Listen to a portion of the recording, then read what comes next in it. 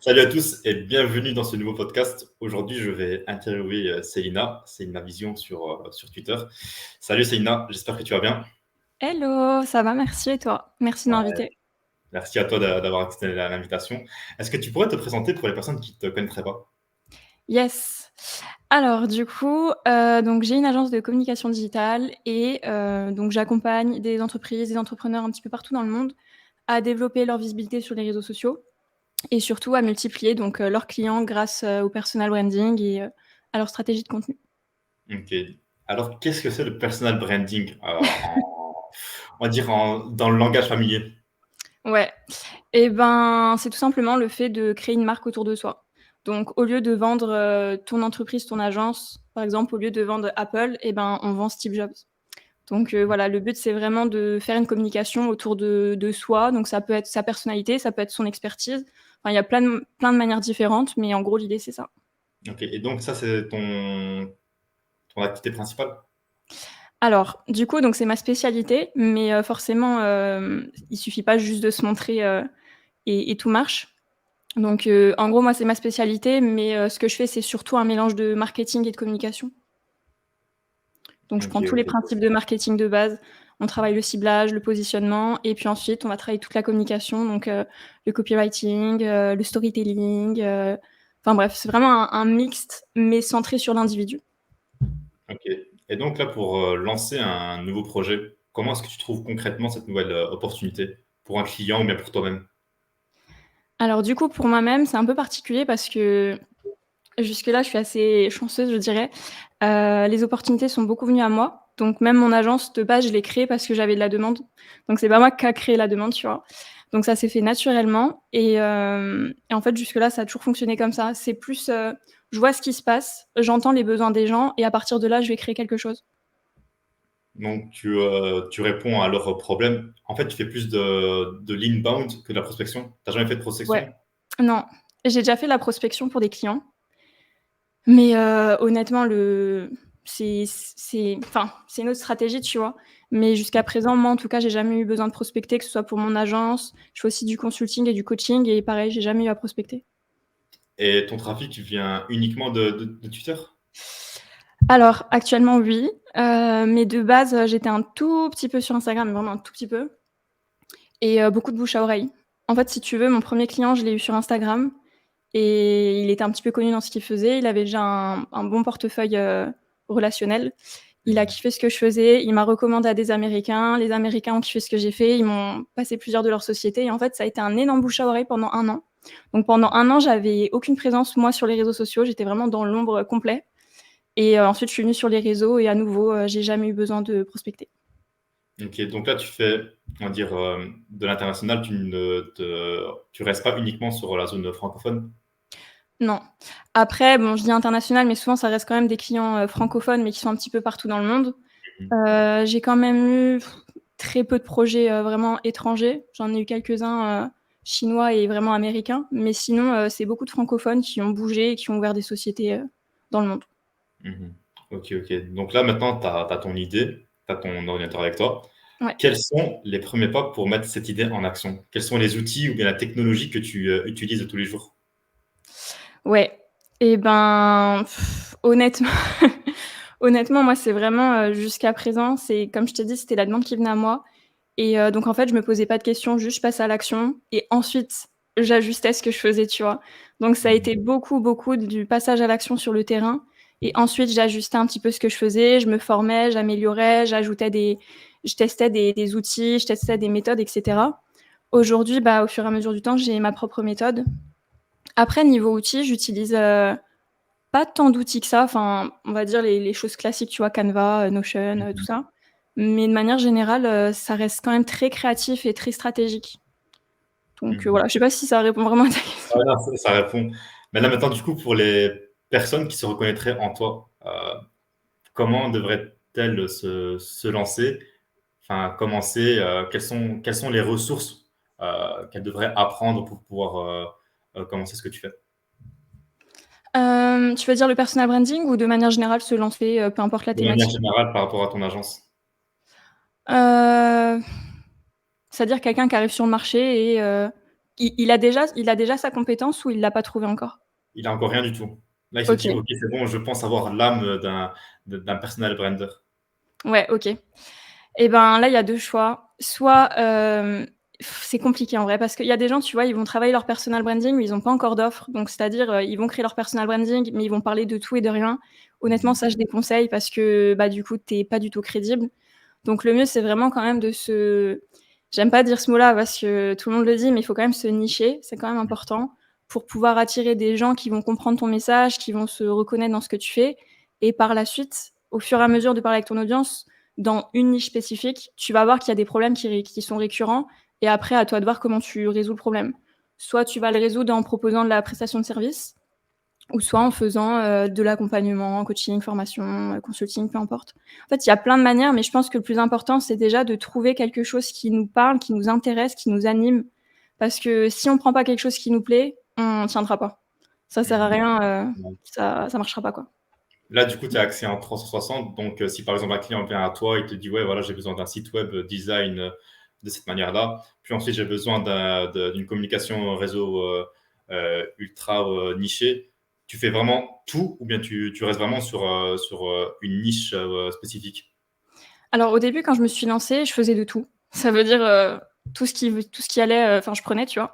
Mmh. Mais c'est pas forcément une bonne chose parce que du coup, j'étais experte en rien et du coup, c'est très compliqué parce qu'à chaque fois, faut que tu te formes, faut que tu enfin bref, c'est très compliqué. Donc au fur et à mesure de temps, je me suis vraiment spécialisée là où je faisais le plus de résultats et donc c'est les réseaux sociaux. Donc là, j'accompagne surtout les entrepreneurs et les entreprises, essentiellement sur les réseaux sociaux, donc notamment Twitter, LinkedIn et Instagram. TikTok, c'est pas quelque chose que je maîtrise forcément, donc dans ces moments-là, en fait et puis même en ce moment, de toute façon, c'est ce que je fais, j'amène de plus en plus d'experts ultra spécialisés sur chaque plateforme pour donner Mmh. vraiment un maximum de valeur à chaque fois, aux clients. Donc tu leur fais vraiment une stratégie, multicanal pour, avoir le plus de clients, possible.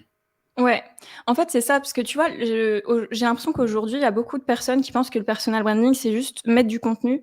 Mais mettre du contenu, ça sert à rien si derrière tu as pas une bonne stratégie, tu as pas une bonne offre, tu as pas un bon positionnement et cetera. Donc moi, j'interviens vraiment sur ça, en fait, tu vois? D'abord structurer le business, les fondations solides et ensuite la stratégie de contenu qui peut être, Mmh. assez vague parce que enfin, qui peut être vague et en même temps, comment dire? Moi, j'interviens sur les réseaux sociaux, mais par exemple, si tu fais de l'infoproduit, c'est bien d'avoir une newsletter. Donc dans ces moments-là, je travaille avec des copywriters qui sont spécialisés dans les newsletters et cetera. Donc c'est sûr que c'est à la fois très précis et en même temps, ça reprend vraiment, tous les principes, dans le digital. Mmh. Donc là, tu es plus sur la gestion de l'humain que sur le travail manuel? Alors, du coup, donc jusqu'à présent, j'avais mon agence, où on faisait, essentiellement de la prestation de service. Mais depuis quelque temps, j'ai arrêté la prestation de service pour me concentrer uniquement sur la stratégie. Donc c'est une décision qui en a surpris plus d'un, mais c'est parce que je me suis rendu compte que la prestation de service, déjà moi à titre personnel, ça me correspondait plus et Mmh. c'était très compliqué de scaler. Donc là pour l'instant, l'agence, on va se concentrer uniquement sur la stratégie et tout ce qui est opérationnel, j'envoie des prestataires qui sont ultra compétents dans ce qu'ils font. Mmh. Comment est-ce que tu valides du coup, l'idée sur le marché? Comment est-ce que tu fais pour pouvoir mesurer, le potentiel succès? Ouais, bonne question. Ben, honnêtement, à ce niveau-ci, encore une fois, vu que la demande, elle venait souvent à moi, ce qui se passe, en fait, c'est que, je recevais plusieurs types de demandes, tu vois? Par exemple, site web ou réseaux sociaux. Mais en fait, ce que je fais généralement, c'est que je vais voir les demandes qui viennent le plus. Qu'est-ce qui intéresse le plus les gens? Qu'est-ce qui suscite le plus de questions? Et surtout, surtout, qu'est-ce qui provoque le plus de rendez-vous clients? Donc, par exemple, tu vois, mon calendrier au début, ben, je voyais très vite qu'est-ce qui revenait souvent, tu vois? Et là, Mmh. ça fait quelque temps que je remarque les gens, ils préfèrent se faire accompagner, apprendre d'eux-mêmes, plutôt que de déléguer, du service, tu vois? Mmh. Ouais. Mais si ça ne marche pas du coup comme tu veux, qu'est-ce que tu fais? Yes. Et ben, à ce moment-là, je revois tout. Tout, tout, tout. C'est-à-dire que, bah, par exemple, c'est ce qui m'arrive aussi cette année. On accompagnait de plus en plus des gros, gros entrepreneurs et forcément, plus on accompagne des personnes, avec des hauts revenus, plus ça va être, pas difficile, mais de continuer à augmenter leurs revenus. Donc en fait, ce Mmh. qui se passe à ce moment-là, c'est que je vais découper tous les process et en fait, je vais revoir toutes les bases de chaque process pour voir où est-ce que ça bloque, où est-ce qu'on peut améliorer et puis, généralement, c'est un manque de prise de recul. Des fois, j'ai l'impression qu'il suffit juste de prendre du recul, regarder les choses sous un autre angle parce que, de toute façon, c'est ça quand on est entrepreneur, je pense, c'est trouver des Mmh. solutions en permanence. Ouais, Donc, tout le temps, voilà. tout Ouais. le temps, tout le temps. Mais là, du coup, pour tes process, est-ce que tu as pu, trouver certaines automatisations à faire ou bien c'est vraiment, à la main? Alors là, c'est très compliqué et je pense que toutes les personnes de l'IA vont m'envoyer des messages. J'utilise parfois l'IA, tu vois, pour, la réflexion et cetera, mais tout ce qui est créativité, pour l'instant, j'automatise pas, je c'est enfin, très, très, très, très peu de choses. Donc, c'est pour ça que c'est un travail encore assez, manuel, on va dire. Après, tout ce qui est, enfin non, en fait, pas tout à fait, parce que, par exemple, le montage vidéo, il y a de plus en plus d'IA qui permettent de faire du montage vidéo. Donc Mmh. ça, Ouais, j'utilise, comme, Tensor, par exemple. Je sais pas si tu as vu un petit peu ouais, sur Twitter? ouais, ouais, ouais. Ouais, ouais, ils font une promo de dingue là. Ah ouais, c'est incroyable, Ouais, c'est ouais, ouais, incroyable. mais ça, c'est trop stylé, tu vois? Ça fait un gain de temps incroyable. Donc j'utilise quelques outils comme ça, mais de manière générale, tout ce qui va être vraiment stratégie, je fais tout, de moi-même, quoi. Mmh. Je pense ça a coupé. Est-ce que tu pourrais, Bah, redire? Parce que, ouais, ça a coupé un petit peu, genre, c'était par rapport à Accenture, je pense qu'on parlait? Tu disais, ouais, par rapport à la technique? ouais, du coup, donc ce que je disais, c'est qu'il m'arrive donc d'utiliser des outils comme ça pour tout ce qui va être, opérationnel, donc le montage vidéo, ce genre de choses. Mais tout ce qui est stratégique, pour l'instant en tout cas, stratégique et quand même la créativité, avoir les idées et cetera, tout vient de moi-même. Pour l'instant, j'utilise pas d'outils et j'ai pas envie de déléguer ça. OK. Et du coup, quand ça commence à prendre, comment est-ce que tu comptes scaler le projet? À partir de quel moment tu te dis: «OK, là, je vais scaler. Alors Enfin, là, je peux scaler». oui, ouais, c'est plutôt ça. Je commence à réfléchir à ça quand les process, ils sont vraiment clairs et qu'ils apportent des résultats surtout. Parce que souvent, on lance un business, on se dit: «Vas-y, au bout de 3 mois, 6 mois, je vais développer le truc». Mais en fait, tant que c'est pas clair et que les résultats, ils sont pas expliqués, parce que souvent, tu vois, là, je pense par exemple sur les réseaux sociaux, des fois, il y en a, ils Mmh. vont faire des posts viraux et ils pensent qu'ils ont compris la viralité. Sauf qu'en fait, tant que tu la maîtrises pas, tu peux pas scaler parce que ce qui va se passer, c'est quoi? C'est que tu vas vouloir toucher plus de clients Mmh. et tu vas pas réussir tout ce que tu fais parce que tu auras pas compris tes process et au final, un business, ça peut monter très vite, mais ça peut redescendre très vite quand l'insatisfaction client, elle vient. Donc moi, je Mmh. scale vraiment quand je maîtrise tout et qu'il y a les résultats qui sont là. OK. Mais, du coup, maintenant, quand est-ce que tu comptes passer au prochain, projet? Alors pour ça, moi, personnellement, je suis assez imprévisible. Ça veut dire si je prends plus de plaisir dans ce que je fais, peu importe ce que ça me rapporte, je peux passer à autre chose. Donc voilà, j'ai pas la meilleure gestion du business à ce niveau-ci. Je préfère faire quelque chose qui me plaît et donc voilà. Une fois que je sens que je prends plus de plaisir, je passe à autre chose ou quand je sens que, il y a des opportunités ailleurs, des business qui sont plus enrichissants et ben, dans ce cas-là, je j'adapte ou j'arrête ou voilà, tout simplement.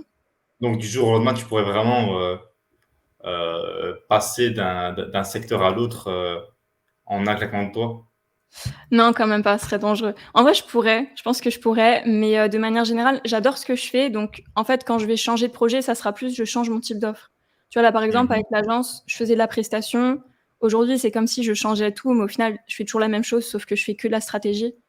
Donc je change pas du tout au tout, mais c'est plus je vais ajuster la manière de faire, la manière dont j'accompagne les clients, ce que je leur apporte et cetera. C'est plus à ce niveau-ci, je dirais. OK. Et en moyenne, ce que tu fais tous les jours, ça rapporte combien? Alors, pareil, ça dépend énormément et vu qu'en ce moment, je suis dans une phase de transition, il y a 3 mois, je pouvais faire, entre 15 et 20 000 € par mois et Mmh. là, bah, du coup, vu que j'ai grave ralenti la cadence, je suis plus autour des, 8 000-10 000, tu vois? Mmh. Donc OK. voilà, ça dépend. Ça dépend Qu'est-ce que vraiment, tu dirais du coup aux gens, qui voudraient se lancer, qui voudraient passer à l'action, dans ton secteur? en vrai, vous posez pas de questions parce que plus on se pose de questions, plus on se crée des problèmes et plus on retarde le moment et la plupart des choses qu'on s'imagine, elles vont pas se produire. Donc le mieux, c'est de passer à l'action, de tester, d'ajuster et il y a que comme ça que vous deviendrez bon et que vous verrez les résultats. Et puis souvent, on pense qu'on va aimer quelque chose et au final, il suffit de le faire pour se rendre compte qu'en fait, pas trop, nanani nanana, donc juste passer à l'action. Je pense que c'est la seule chose à faire. Ouais. Je pense que là, c'est le bon mot pour clôturer cette interview. Ouais, En tout cas, tu d'accord? merci à toi. Merci à toi Merci pour à toi. aujourd'hui. Avant que tu partes, où est-ce qu'on pourrait te retrouver? On peut me retrouver sur Twitter. Voilà, principalement sur Twitter. C'est là où je suis le plus active. Ok, ça va. Bah, du coup, je mettrai ton lien de Twitter en description pour toutes les personnes qui seraient intéressées par ton contenu ou bien par toi-même. En tout cas, merci énormément pour ton temps. Je te Merci à souhaite toi. énormément de réussite dans ta transition. Merci. Et dans tous les cas, on est en contact sur Twitter. Yes, merci beaucoup. Merci à toi. Du coup, les gars, voilà, c'était la dernière vidéo pour aujourd'hui. J'espère que vous aurez aimé ce podcast et n'hésitez pas à vous abonner, à liker, à commenter, à me rejoindre sur Twitter et aussi à rejoindre Célina sur Twitter. Merci à vous et à la prochaine. Salut.